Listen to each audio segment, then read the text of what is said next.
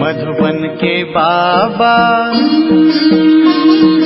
मधुबन के बाबा मुरली वाले, आपका क्या कहना, आपका क्या कहना। ओम शांति। 25/11/2024 के बाबा के मधुर महावाक्य। बाबा कहते मीठे बच्चे, शांति का गुण सबसे बड़ा गुण है, इसलिए शांति से बोलो, अशांति फैलाना बंद करो। शांति का गुण सबसे बड़ा गुण है, इसलिए शांति से बोलो, अशांति फैलाना बंद करो। संगम युग पर बाप से बच्चों को कौन सा वर्षा मिलता है? गुणवान बच्चों की निशानी क्या होगी? प्रश्न, संगम युग पर बाप से बच्चों को कौन सा वर्षा मिलता है? गुणवान बच्चों की निशानी क्या होगी? उत्तर, पहला वर्षा मिलता है ज्ञान का, शांति का, गुणों का। गुणवान बच्चे सदा खुशी में रहेंगे, किसी का अवगुण नहीं देखेंगे, किसकी कंप्लेन नहीं करेंगे, जिसमें अवगुण है उनका संग भी नहीं करेंगे। कोई ने कुछ कहा तो सुना अनसुना कर अपनी मस्ती में रहेंगे। ओम शांति। रूहानी बाप बैठ रूहानी बच्चों को समझाते हैं, एक तो तुमको बाप से ज्ञान का वर्षा मिल रहा है, बाप से भी गुण उठाना है, और फिर इन चित्रों से, लक्ष्मी नारायण से भी गुण उठाना है।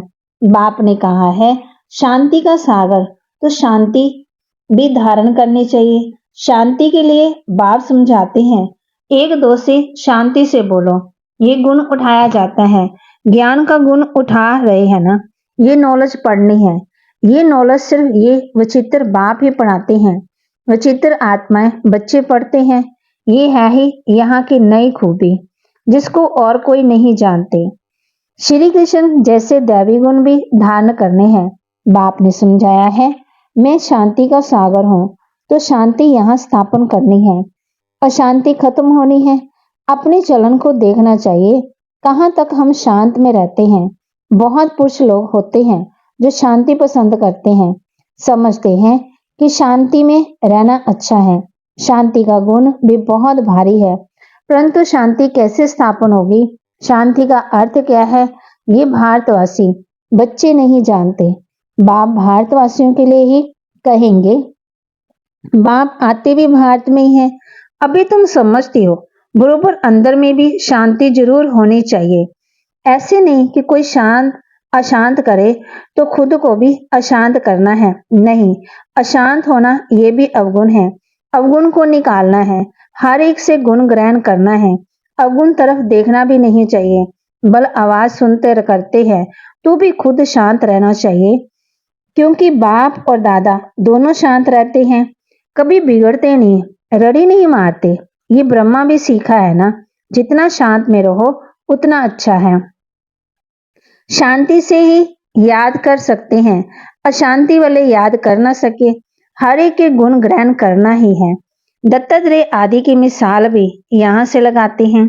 देवताओं जैसे गुणवान तो कोई होते ही नहीं, एक ही विकार मूल है, उस पर तुम विजय पा रहे हो, पाते रहेंगे। कर्म इंद्रियों पर विजय पानी है, अवगुणों को छोड़ देना है, देखना भी नहीं है, बोलना भी नहीं है। जिनमें गुण है ना, उनके पास ही जाना चाहिए। रहना भी बहुत मीठा शांत है, थोड़ा ही बोलने से तुम सब कार्य कर सकते हो। सबसे गुण ग्रहण कर गुणवान बनना है। समझो सियाने जो होती हैं वे शांत रहना पसंद करते हैं। कई भक्त लोग अज्ञानियों से भी सियाने निर्माणचित होते हैं। बाबा तो अनुभवी है। ये जिस लौकिक बाप का बच्चा था वह टीचर था, बहुत निर्माण था, शांत रहता था, कभी क्रोध भी नहीं आता था। जैसे साधु लोग होते हैं तो उनकी महिमा की जाती है, भगवान से मिलने के लिए पुरुषार्थ करते रहते हैं। काशी में हरिद्वार में जाकर रहती हैं। बच्चों को तो बहुत शांत और मीठा रहना चाहिए। यहाँ कोई अशांत रहते हैं तो शांति फैलाने के निमित्त नहीं बन सकते। अशांति वाले से बात भी नहीं करनी चाहिए, दूर रहना चाहिए। फर्क है ना, वह बुगले और वह है हंस। हंस सारा दिन मोती चुगते रहते हैं, उठते बैठते चलते अपने ज्ञान का सिमरन करते रहो। सारा दिन बुद्धि में यही रहे किसी को कैसे समझाएं, बाप का परिचय कैसे दें। बाबा ने समझाया है, जो भी बच्चे आते हैं उनसे फार्म भरवाया जाता है सेंटर पर। जब कोई कोर्स लेने चाहते हैं तो उनसे फार्म भरवाना है। कोर्स नहीं लेना है तो फार्म भराने की दरकार नहीं। फार्म भराया ही इसलिए जाता है कि मालूम पड़े इनमें क्या क्या है, क्या समझाना है, क्योंकि दुनिया में तो इन बातों को कोई समझते नहीं।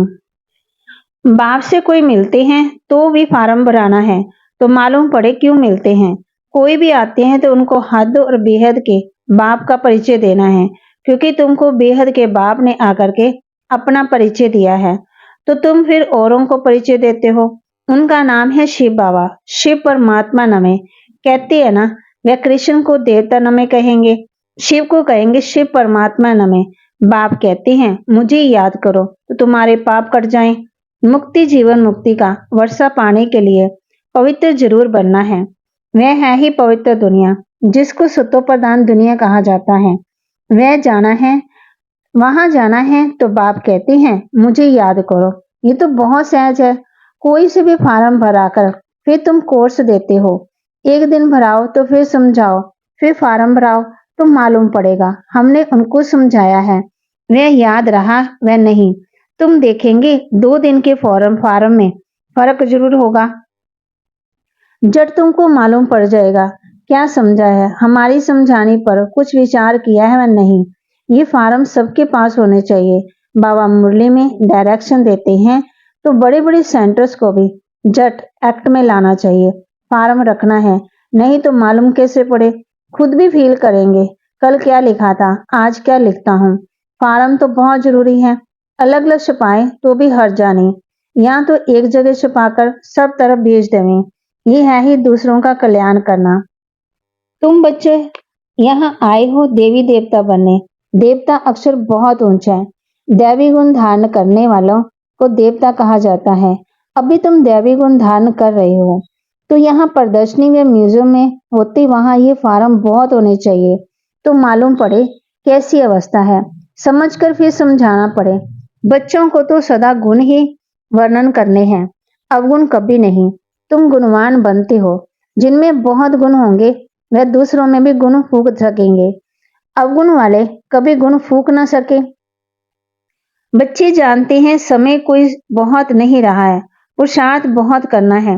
बाप ने समझाया है, तुम रोज मुसाफरी करते हो, यात्रा करते रहते हो। ये जो गायन है अतीन्द्रिय सुख, गोप गोपियों से पूछो, ये पिछाड़ी की बात है। अभी तो नंबरवार है। कोई तो अंदर में खुशी के गीत गाते रहते हैं।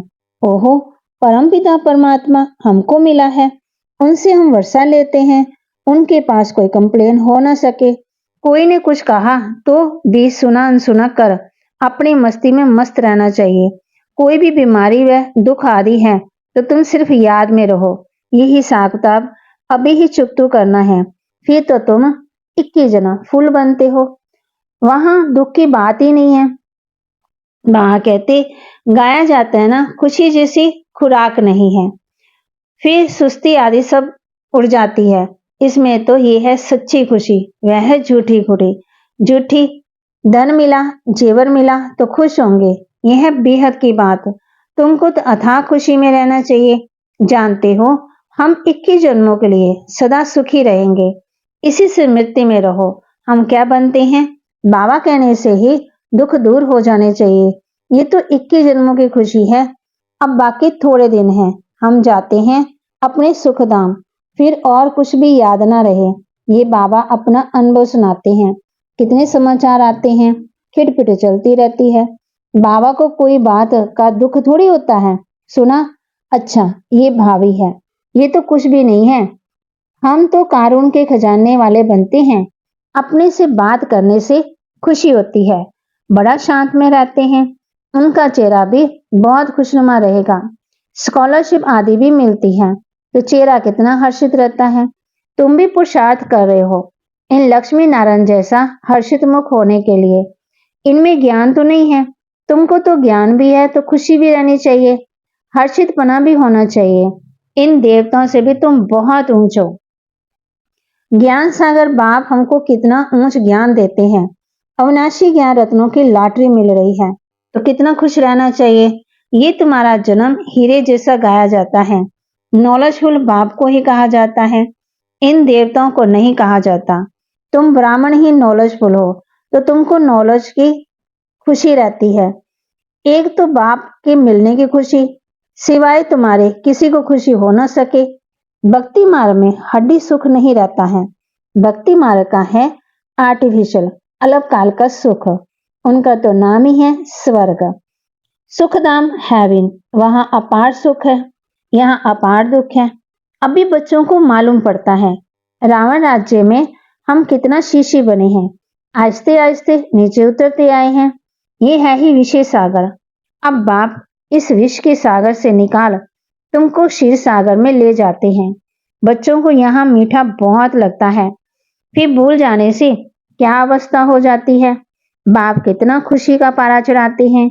इस ज्ञान अमृत का गायन है। ज्ञान अमृत का गिलास पीते रहना है।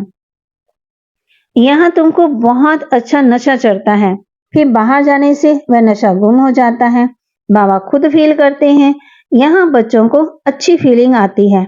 हम अपने घर जाते हैं, हम बाबा की श्रीमत पर राजधानी स्थापन कर रहे हैं।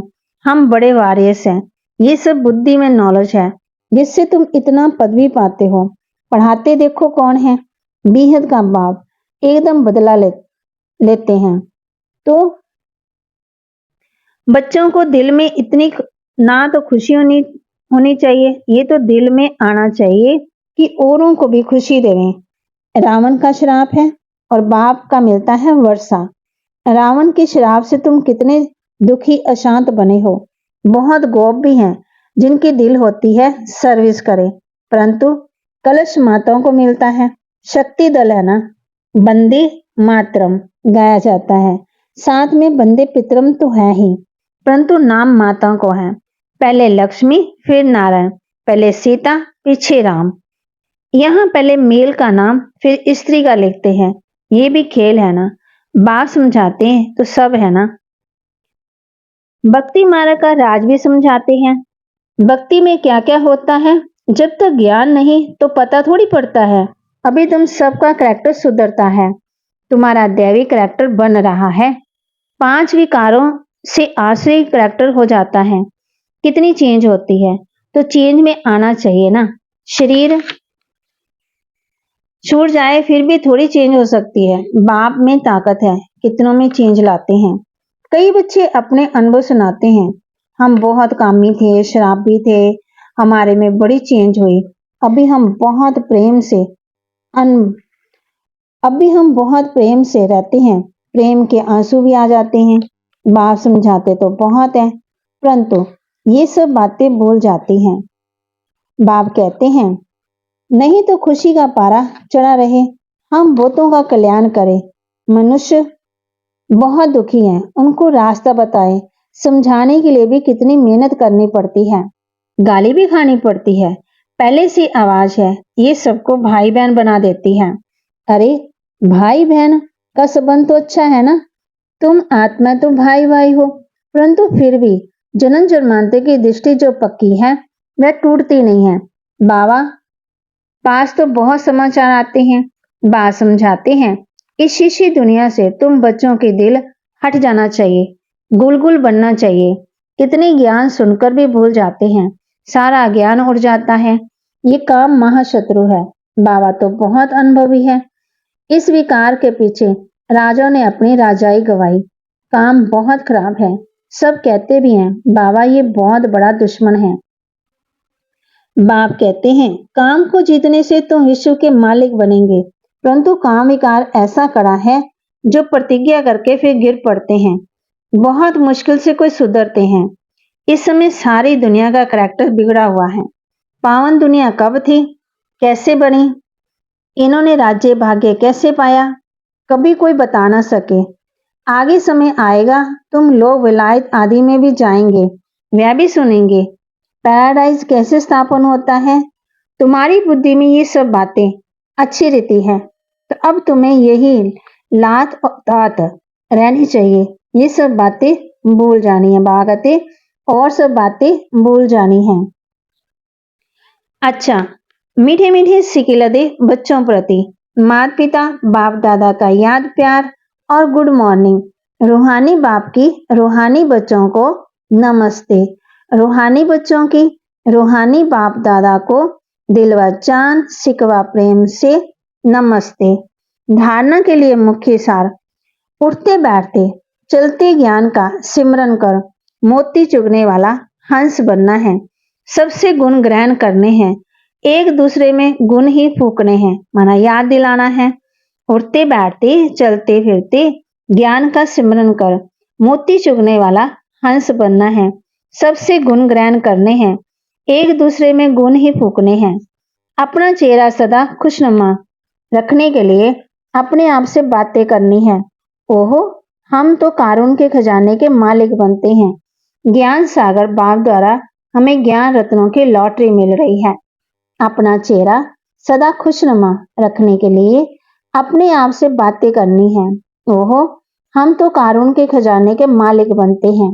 ज्ञान सागर बाप द्वारा हमें ज्ञान रत्नों की लॉटरी मिल रही है। वरदान। अपने टाइटल की स्मृति के साथ समर्थ स्थिति बनाने वाले सम्मानधारी भव। अपने टाइटल की स्मृति के साथ समर्थ स्थिति बनाने वाले सम्मानधारी भव। संगम युग पर स्वयं बाप अपने बच्चों को श्रेष्ठ टाइटल देते हैं। तुसी रूहानी नशे में रहो। जैसा टाइटल याद आए वैसी समर्थ स्थिति बनती जाए। जैसे आपका टाइटल है सुदर्शन चक्रधारी, तो ये स्मृति आते ही परदर्शन समाप्त हो जाए। स्वदर्शन के आगे माया का गला कट जाए। महावीर हूँ ये टाइटल याद आए तो स्थिति अचल अडोल बन जाए। तो टाइटल की स्मृति के साथ समर्थ स्थिति बनाओ, तब कहेंगे श्रेष्ठ सम्मानधारी। स्लोगन। भटकती हुई आत्मा की चाहना पूर्ण करने के लिए परखने की शक्ति को बढ़ाओ। बा कहे, भटकती हुई आत्मा की चाहना पूरी करने के लिए परखने की शक्ति को बढ़ाओ। ओम शांति।